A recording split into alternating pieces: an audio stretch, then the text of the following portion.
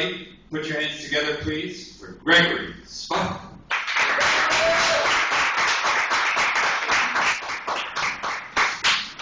I love a packed crowd. So many people I know, and you there. So excited.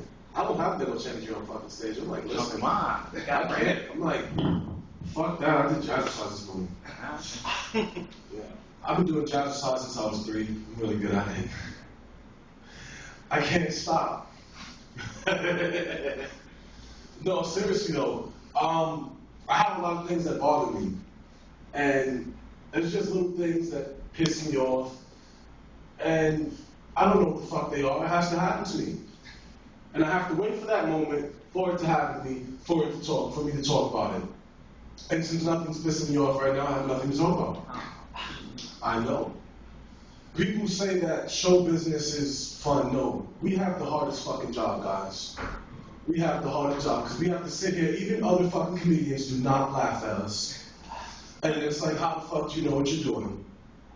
It's kind of like toilet training all over again. But it's like at this time, if you fucked up and your mom took your face and shoved it in your diaper, no! You're supposed to use the toilet. Why does that only work with dogs? And why can't you never get a cat to do that?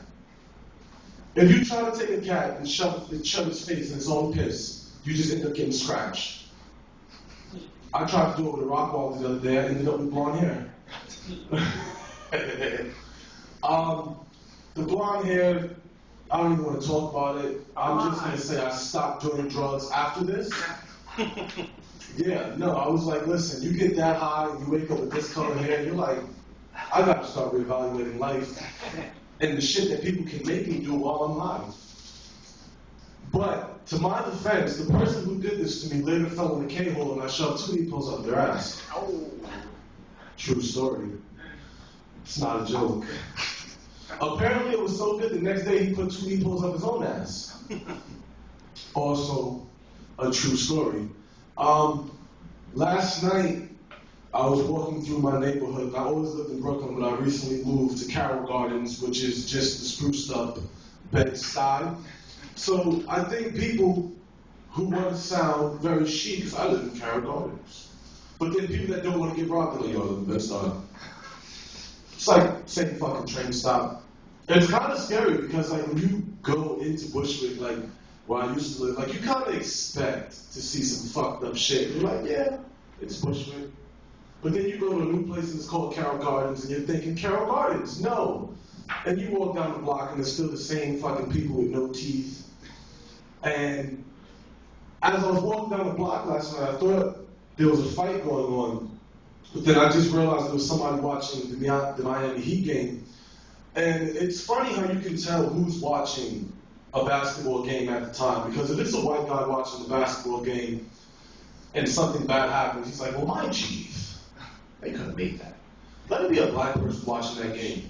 Come on, get it up, come on, come on. Damn. If I was Kobe, watch. Let me pass me that ball. I'll go dunk it, I'll fuck it up. I don't know why people get so fucking excited over this game. And it's like, why do you know how many points they have? Why do you know how many fouls they have? Why the fuck do you know? They're a millionaire, and you know how much fucking points they have. And the funny thing about that is you know they pay someone to keep up on their stats. It's called their fucking agent. The only agent I have is her. She doesn't fucking laugh at me. She doesn't. She's like, she'll sit there, I'm trying to talk. She's like, no, put your mic here, put it down, move this way, stop poking out your stomach, you look pregnant. No, poke your ass in, you're not black. And I'm like, wait, I am black. It's hard, because as bright as I am, with this bleach blonde hair, I still have to come back to the end of the day that there is certain shit that I just can't do because my mother would slap the shit out of me. I can't go surfing because my mother would be like, what the fuck's wrong with you? I can't go skiing because my mother would be like, what the fuck is wrong with you? This kind of reminds me of the first time that I got accused of doing drugs. And I was 8 years old and I told my mother, I said, Mom, I'm thirsty. She said, go in the refrigerator, go ahead and get yourself something to drink.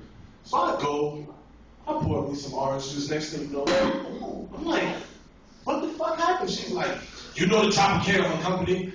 Better drink your ass some Kool-Aid. I'm like, what the fuck? I wasn't mature enough to drink copper candy until I was 13 years old. I couldn't touch the Mott's apple juice, Sprite, Entenmann's, Ho-Ho's, Ding Dongs, none of that shit. Because if I even dared to go touch that shit, I was on fucking drugs. Because that shit is for company. You better go eat that watered down, sweet shit over there. That looks like the same thing when it comes out because you can't digest it. It's kind of like corn. Now, why doesn't corn digest? Is anybody? Can we kind of think about that for a minute? That kind of brings me to this shit that I just don't understand about corn since we're on the subject of shit. Isn't it awkward to take a shit in public bathrooms? Some people have no shame in their game. There's some people that'll go and hit the fucking toilet with a drum roll, no matter who's in there.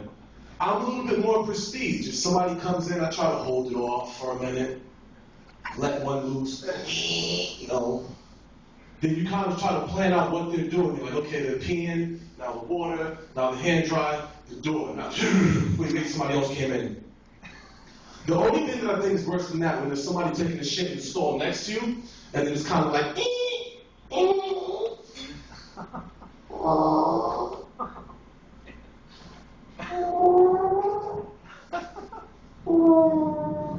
I know you're taking a really good shit. It sounds like you're in a fucking indie race.